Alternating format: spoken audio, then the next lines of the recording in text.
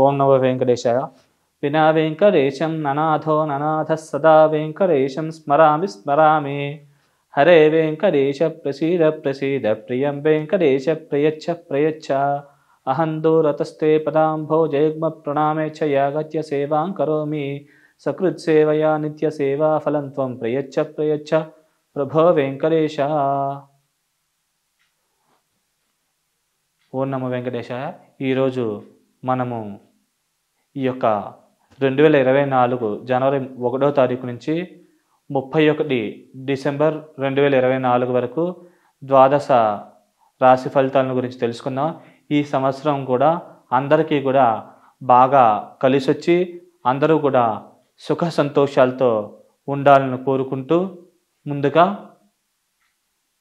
ఈ యొక్క రాశి ఫలితాల గురించి తెలుసుకుందాం. కర్కాటక లగ్నం, కర్కాటక రాశి. ఈ యొక్క కర్కాటక రాశికి 10వ ఇంట్లో గురువు సంచరించడం వల్ల ఉద్యోగంలో ప్రమోషన్లు, ఇంక్రిమెంట్లు మరియు ఏదైతే అనుకున్నారో ఆ ప్లేస్కి ట్రాన్స్ఫర్స్ ఇట్లాంటివి లభించే అవకాశం ఉంటుంది. ముఖ్యంగా టీచింగ్ లాంటి ఫీల్డ్స్ చేసేవాళ్ళు ఈ వృత్తులలో రాణింపు బాగా అధికంగా ఉంటుంది కాబట్టి ఈ సమయాన్ని సద్వినియోగం చేసుకోగలరు. అలాగే భూములు, ఆస్తులు ఇట్లాంటి వాటి యొక్క విలువ పెరిగే అవకాశం ఉంది. సుఖ సంతోష అభివృద్ధి కూడా జరుగుతుంది. అలాగే నూతన వాహనాలు కూడా కొనుగోలు చేసే అవకాశం అధికంగా ఉంది కాబట్టి ఈ సమయాన్ని సద్వినియోగం చేసుకోగలరు. అలాగే మీరు ఏమన్నా ల్యాండ్స్ కానీ ఇల్లు కానీ కొనుక్కోవాలనుకుంటే కనుక మీరు అనుకున్న ధరకి దగ్గరగా ఈ యొక్క ల్యాండ్ కానీ ఇల్లు కానీ లభించే అవకాశం ఉంది. అలాగే మీరు అమ్మాలనుకుంటే కనుక అమ్మాలనుకున్నా కూడా మీకు ధర్మబద్ధమైన ధర లభించే అవకాశం ఉంటుంది కాబట్టి ఈ సమయాన్ని మీరు సద్వినియోగం చేసుకుని మీరు ఉన్నత స్థితి నుంచి ఉన్నత స్థితికి చేరుకోగలరు. అలాగే కుటుంబ స్థానం మీద, ధనస్థానం మీద గురువు యొక్క దృష్టి ఉండడం వల్ల కుటుంబ అభివృద్ధి, ధన అభివృద్ధి, నిల్వధనం పెంపొందడం లాంటి పరిణామాలు జరిగే అవకాశం ఉంది కాబట్టి ఈ సమయాన్ని మీరు సద్వినియోగం చేసుకుని మీరున్న స్థాయి నుంచి ఉన్నత స్థాయికి చేరుకోగలరు. అలాగే ఈ యొక్క గురువు యొక్క శుభదృష్టి ఈ యొక్క 6వ స్థానం మీద కూడా ఉండడం వల్ల శత్రురోగ రుణాలు చాలా తక్కువగా ఉంటాయి. అలాగే లోన్లు కోసం ప్రయత్నించే వాళ్ళకి లోన్లు తొందరగా మంజూరు అయ్యే అవకాశం ఉంది కాబట్టి ఈ సమయాన్ని మీరు సద్వినియోగం చేసుకుని మీరు అనుకున్న స్థాయికి చేరుకోగలరు. అలాగే మే 2వ తారీఖు నుంచి ఈ యొక్క గురుగ్రహ లాభస్థాన సంచారం వల్ల లాభాభివృద్ధి మరియు ఆకస్మిక ధన వ్యవహారిక లాభాలు కలగడం, విద్యార్థులకి విద్యలో మార్కులు అధికంగా రావడం లాంటి పరిణామాలు జరగే అవకాశం ఉంది. దైవికమైన బలం, శక్తి కూడా పెంపొందుతుంది.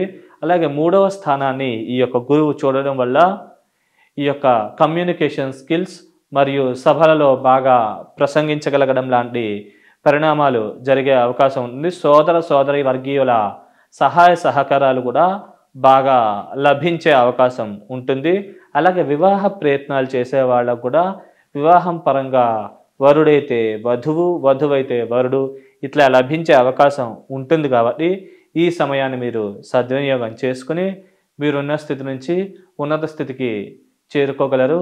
అలాగే ఈ యొక్క కర్కాటక లగ్నానికి, జన్మ లగ్నానికి 9వ స్థానంలో రాహువు, అలాగే 3వ స్థానంలో కేతువు ఉండడం వల్ల వ్యక్తిగత జాతకంలో కనుక మీకు రాహు మహాదశ అయిపోయి కేతు మహాదశ మిగిలి ఉన్నట్లయితే కనుక ఈ రాహుకేతులు ఇద్దరు కూడా అద్భుతంగా లాభించి యోగించే అవకాశం ఉంటుంది.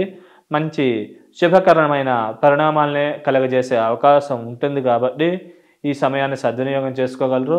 భాగ్యాభివృద్ధి, నిల్వధనం పెంపొందడం, కమ్యూనికేషన్ స్కిల్స్ మాటతీరు మెరుగుపడడం మరియు నిల్వధనం పెంపొందడం మరియు భూములు, ఆస్తులు వాటి విలువ పెరగడం, అనుకోని విధంగా అదృష్టం కలిసొచ్చి ఉన్న స్థితి నుంచి ఉన్నత స్థితికి రావడం లాంటి పరిణామాలు జరిగే అవకాశం ఉంది. ఒకవేళ వ్యక్తిగత జాతకంలో కనుక ముందుగా రాహు మహాదశ కాకుండా కేతు మహాదశ అయిపోయి రాహు మహాదశ మిగిలి ఉన్నట్లయితే కనుక ఈ పరిణామాలు స్వల్పంగా వ్యతిరేకంగా జరిగే అవకాశం ఉంది కాబట్టి ఈ విషయాల్లో తగు జాగ్రత్తలు తీసుకోగలరు. అలాగే ఈ యొక్క శని 8వ స్థాన సంచారం వల్ల న్యాయ సంబంధమైన కోర్టు సంబంధించిన విషయాల్లో కొద్దిగా వ్యతిరేకమైన ఫలితాలు, తీర్పులు వచ్చే అవకాశం ఉంది. వృత్తిపరంగా కూడా మానసిక ఒత్తిడి, చికాకులు అధికంగా ఉండే అవకాశం ఉంటుంది. మరియు కుటుంబ సభ్యుల మధ్యలో కూడా చిన్న చిన్న మనస్పర్ధలు లాంటివి కలిగే అవకాశం ఉంటుంది. విద్యార్థులకు కూడా శని దశలు అంతర్దశలు నడిచినట్లయితే స్వల్పంగా మార్కులు తక్కువ వచ్చే అవకాశం ఉంది. కాబట్టి ఈ విషయాల్లో తగు జాగ్రత్తలు తీసుకున్నట్లయితే కనుక మిగతా అన్ని పరాలకు కూడా అద్భుతంగా యోగించి లాభించే అవకాశం ఉంది.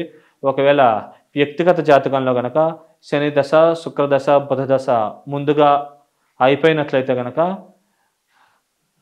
అద్భుతంగా ఈ యొక్క గ్రహ సంచారం వల్ల లాభాభివృద్ధి బాగా జరిగే అవకాశం ఉంది. ఒకవేళ వ్యక్తిగత జాతకంలో కనుక శని, శుక్ర, బుధ దశలు కనుక కంప్లీట్ కానట్లయితే కనుక కొద్దిగా వాటి వేధ వల్ల కొన్ని న్యాయపరమైన ఇబ్బందులు, సమస్యలు లాంటివి మరియు చిన్న చిన్న ఆటంకాలు, వ్యవహారికపరమైన ఆటంకాలు లాంటివి కలిగి కొన్ని ఇబ్బందులు తలెత్తే అవకాశం ఉంది. కాబట్టి ఈ విషయాల్లో తగు జాగ్రత్తలు తీసుకుంటే కనుక అన్ని పరాలకు కూడా బాగుండే అవకాశం ఉంది. మీరు ఈ యొక్క దైవికమైన శక్తి పెంపొందించుకుని ఈ యొక్క వ్యతిరేక గ్రహాల యొక్క ప్రభావాలను తగ్గించుకోవాలనుకుంటే కనుక రెగ్యులర్గా కూడా దగ్గరలో వెంకటేశ్వర స్వామి దేవాలయం కానీ, రంగనాథ స్వామి, అనంత పద్మనాభ స్వామి దేవాలయం ఉంటే కనుక అక్కడ ప్రదక్షిణ నమస్కారాలు ఆచరించుకోవడం, కుదిరినప్పుడల్లా అర్చనాదులు చేయించుకుని తీర్థప్రసాదాలు స్వీకరించడం ఇట్లాంటివి చేయడం మంచిది. అలాగే రెగ్యులర్గా హనుమాన్ చాలీసా పారాయణ, అలాగే రామరక్షా స్తోత్రం ఇవి రెగ్యులర్గా చదువుకోవడం మంచిది. అలాగే ఈ యొక్క శనివారం ఈ యొక్క మినుములు మరియు నల్ల నువ్వులు, బెల్లం 3 కలిపి ఆవుకి రెగ్యులర్గా ప్రతి శనివారం కూడా తినిపిస్తూ ఉండడం వల్ల ఈ యొక్క దోష ప్రభావాల నుంచి బయటపడి ఉన్న స్థితి నుంచి ఉన్నత స్థితికి చేరుకోగలుగుతారు. శుభం.